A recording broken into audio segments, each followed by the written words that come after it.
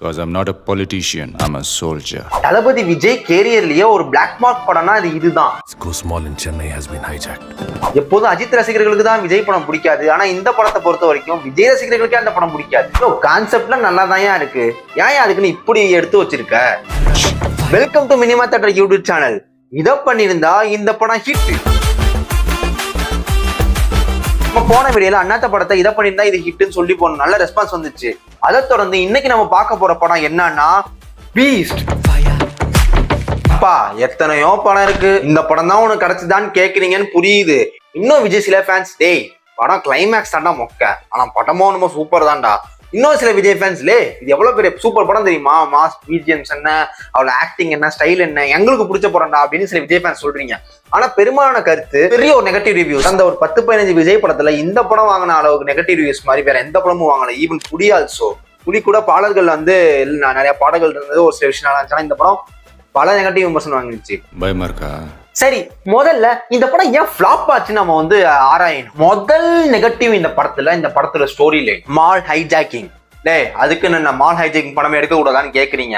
எனக்கு புரியுது ஏன் இது வந்து நெகட்டிவ் அப்படின்னா, அப்பதான் லாக்டவுன் முடிஞ்சு எல்லாம் தியேட்டருக்கு வர சமயம். யாரும் லாக்டவுன்ல வந்து மணி ஹைஸ்ட்ங்கிற ஒரு சீரீஸை பார்த்துட்டாங்க. ஹைஜாக்கிங்னா என்ன, ஹாஸ்டேஜ்னா என்ன, அவங்க எப்படி எல்லாம் வந்து ஹைஜாக் பண்ணி தப்பிக்கிறாங்க, அவங்க எவ்வளவு மூளையா யோசிக்கிறாங்க. இப்படி ஒரு கோட்டை பார்த்துட்டு ஒரு சீரீஸ் பார்த்துட்டு இதுலயும் ஹைஜாக்கிங் அதே கான்செப்ட் வரும்போது எல்லாருமே வந்து மணி ஹைஸ்ட கம்பேர் பண்ணாங்க.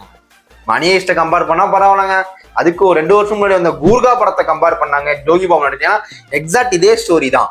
மால்ல வந்து ஹைஜாக் பண்ணிட்டாங்க, ஹைஜாக் பண்ண யோகி பாபு ஒரு காமெடியன் எப்படி காப்பாத்தினாரு, காமெடியா அந்த படத்தை கொண்டு போயிருப்பாங்க. அப்ப வீரா உள்ள அந்த டெரரிஸ்டுங்களை எப்படி ஓட விட்டுருப்பான். அதனால ஒரு நெகட்டிவ் அப்படின்னு ஒரு பாயிண்ட் எடுத்துக்கலாம். இருந்தாலும் இதை பெஸ்டா ஸ்கிரீன் பிளே பண்ணியிருந்தா தப்பிச்சிருக்கும், ஆனா அதை தவறா மிஸ் பண்ணிட்டாங்க. அரசியல் விளையாட்டெல்லாம் நமக்கு செட் ஆகாது. டைட்டான ஸ்கிரீன் பிளே. நீங்க டாக்டர் படம் பாத்தீங்கன்னாலோ இல்ல எல்லா விஜய் படம் பாத்தீங்கன்னாலோ டைட்டா ஸ்கிரீன் பிளே அடுத்தன அப்படின்னு போயிட்டு இருக்கும். இது செத்தவங்க இல்ல வெத்தலை கொடுத்த மாதிரி போது படம் 2.5 மணி நேரம் தான் போயினே இருக்கு. ஸ்டேஜஸ்ல இருந்து ஒருத்தன் சடனா உங்க ஆளுங்க கிட்ட இன்னொன்னு நெல்சன்னா டார்க் காமெடி தான், நான் டார்க் காமெடி தான் எடுப்பேன் அப்படின்ட்டு பண்ண மிஸ்டேக் என்னன்னா, ஒண்ணு இந்த படத்தை ஃபுல் காமெடியை கொண்டு போயிருக்கணும், இல்ல இந்த படத்தை ஃபுல் சீரியஸ் மோட்ல கொண்டு போயிருக்கணும். நான் ரெண்டுத்துக்கும் ஒரு ரோட்ல வண்டிட்டு ஓட்டி போயிட்டு இருப்பேன் அப்படின்னு நினைச்சது இந்த படத்துல தப்பு. ஒண்ணு ஹைஜாக்கிங், அடுத்து என்ன போகுதுன்னு ஒரு சீரியஸா எடுத்துருக்கலாம், இல்ல கூர்கா படம் மாதிரி ஒரு காமெடியா வச்சு எடுத்துட்டு போயிருக்கலாம். ரெண்டுமே இல்லாம பண்ணிட்டாங்க. நல்ல வேளை இந்த தப்ப வந்து ஜெயிலர் படத்துல நெல்சன் சரி பண்ணிக்கிட்டாரு. அது சீரியஸான இடத்துல சீரியஸா போகும், காமெடியான இடத்துல காமெடியா போகும். பீஸ்ட் படத்துல சீரியஸும் காமெடியும் ஒன்னா பண்றான் அப்படின்னு சேர்த்து வச்சு குழப்பிட்டாங்க. இன்னொன்னு, விஜய்க்கு எப்போதுமே வந்து ஃபேமிலி ஆடியன்ஸும் குழந்தைங்க ஆடியன்ஸும் ரொம்ப அதிகம். அதுக்கு தகுந்த இந்த படத்துல அலமதி ஹபிபோ அப்படின்ட்டு எல்லாரும் கொண்டாடுற மாதிரி பாடலும் வந்து பெரிய ஹிட் ஆச்சு, குழந்தைகள் மத்தியும் ஹிட் ஆச்சு. ஆனா வந்து இந்த படத்துக்கு ஃபேமிலி ஆடியன்ஸுக்கும் எந்த ஒரு சம்பந்தமும் இல்ல. ஏதோ படம் போயிட்டு இருக்கும், அவங்களை கனெக்ட் பண்ற மாதிரி ஒரு சீனும் இல்லை. இதெல்லாம் தான் இந்த படத்தோட நெகட்டிவ். இன்னொரு நெகட்டிவ் லாஜிக்கலா லாஜிக் பார்க்க கூடாது. என்ன லாஜிக்கலா பார்த்தால, ஒரு மால் இருக்கு, அந்த மால்ல வெறும் 200 பேர் தான் இருப்பாங்க.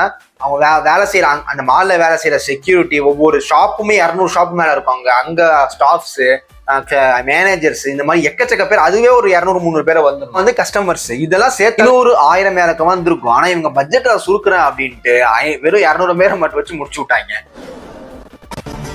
அப்புறம் ரொம்ப மொக்க வில்லன், அதுதான் மெயின் மிஸ்டேக் இந்த படத்துல. ரொம்ப மொக்க வில்லன், அவனை பார்த்தாலே எனக்கு வாந்தி வர மாதிரி இருக்கும், அப்படி இருக்கும். அவரை போய் வில்லன்னு போட்டு வச்சிருப்பாங்க. அதுக்கப்புறம் அந்த படத்தோட கிளைமேக்ஸ் ஆப்வியஸ்லி இந்த ஜெட்ல பறக்குது, வீடியோ கேம் மாதிரி பறக்கிறது, அதெல்லாம் விஜய் ஃபேன்ஸே அலறி அடிச்சு தியேட்டரை விட்டு ஓடிய தருணம். முதலாம் என்ன நீ இவ்வளவு வாய்கிலேயே பேசிருக்கியே, என்ன பண்ணியிருந்தா இந்த படம் இருந்திருக்கும் அப்படின்னு தானே கேக்குறீங்க. வரேன் ஃபர்ஸ்ட் என்னோட பெர்ஸ்பெக்டிவ் நான் வந்து கதையை சொல்றேன், என்ன பண்ணிருக்கலாம் இந்த படத்தை அப்படின்ட்டு. இது ஒவ்வொருத்தரும் மாறும். இது என்னோட பெர்ஸ்பெக்டிவ். இந்த படம் பார்க்கும்போது இதெல்லாம் இந்த படத்துல பண்ணிருக்கலாம், மிஸ் பண்ணாங்கன்னு தோணுது. நான் சொல்றேன், முதல்ல ஃபர்ஸ்ட் ரியாலிட்டியை காட்டியிருக்கணும். என்ன அப்படின்னா, ஒரு மால் எப்படி இருக்கும், நம்ம ஒரு சென்னையில வந்து நெக்ஸஸ் மால் போறோம், இல்ல பீனிக்ஸ் மால் போறோம், ஒரு மால் எப்படி இருக்கும் அந்த மாதிரி ரியாலிட்டியா காட்டியிருக்கலாம். அவ்வளவு மக்கள்கள் ஒரு இந்த படத்துல செலவு பண்ணிருக்கணும், 1000 பேர் 2000 பேர் வச்சிருக்கணும். ஏன்னா வந்து மணி ஹைஸ்ட்ல பேங்க்னு காட்டினாங்க, அதுல 200 பேரோ இல்ல 100 பேரோ வந்து ஒரு லாஜிக்கலா கரெக்ட். ஆனா ஒரு மாலுங்கும் போது கண்டிப்பா குறைஞ்ச ஒரு 500-600 பேராச்சும் இருந்திருப்பாங்க. அது இல்ல ரியாலிட்டி. இந்த ஹைஜாக் பண்ண காரணம் இது ரொம்ப பழச்சு புடிச்சு போன காரணம் அந்த பாகிஸ்தான் தீவிரவாதியை புடிச்சு வச்சிருப்பாங்க, அதை வந்து ரிலீஸ் பண்ணணும்.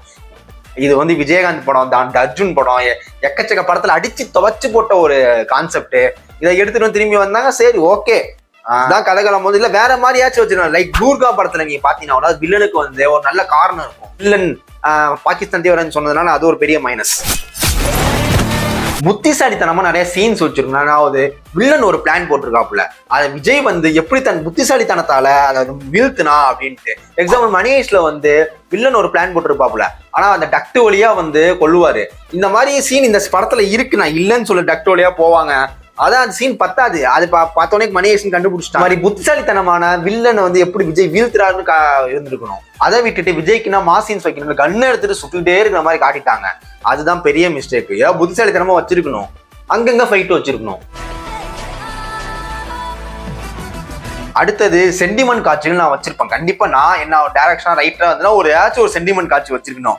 ஃபார் எக்ஸாம்பிள் வந்து இந்த மால்ல வந்து ஒரு கர்ப்பிணி பெண் மாட்டிக்கிட்டான், அந்த நேரத்துல வந்து ஆவா போகுது, அந்த நேரத்துல விஜய் என்ன பண்ண போறாரு இந்த தீவிரவாதிகள் மாதிரி, அந்த நேரத்துல வந்து ஒரு லேடிஸுக்கு கனெக்டிவிட்டி ஏற்படுத்திருக்கும்.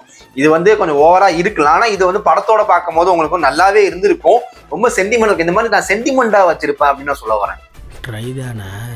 இந்த படம் என்னோட வெர்ஷன் கதையா இந்த படத்தை நான் சொல்லட்டுமா? சப்போஸ் என்னோட வெர்ஷன் பீஸ்ட் விஜய்கிட்ட போய் சொல்லியிருந்தேன்னா நான் இதான் சொல்லியிருப்பேன்.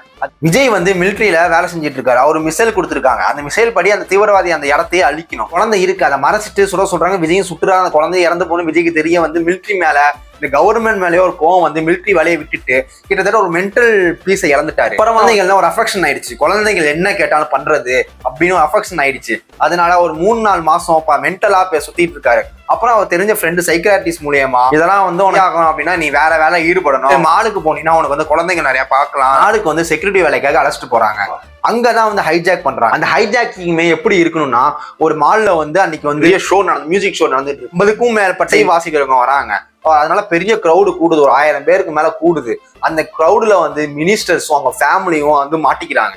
அந்த நேரத்துல 50 மியூசிக் வாசிக்கிறாங்களா, அவங்க 50 பேருமே ஒரு பாத்தீங்க, அவங்க மியூசிக் இன்ஸ்ட்ருமெண்ட்ஸ்ல இருந்து கன்ஸ் இந்த மாதிரிலாம் எடுத்து எல்லாரும் ஹைஜாக் பண்ணி மாட்ட வைக்கிறாங்க.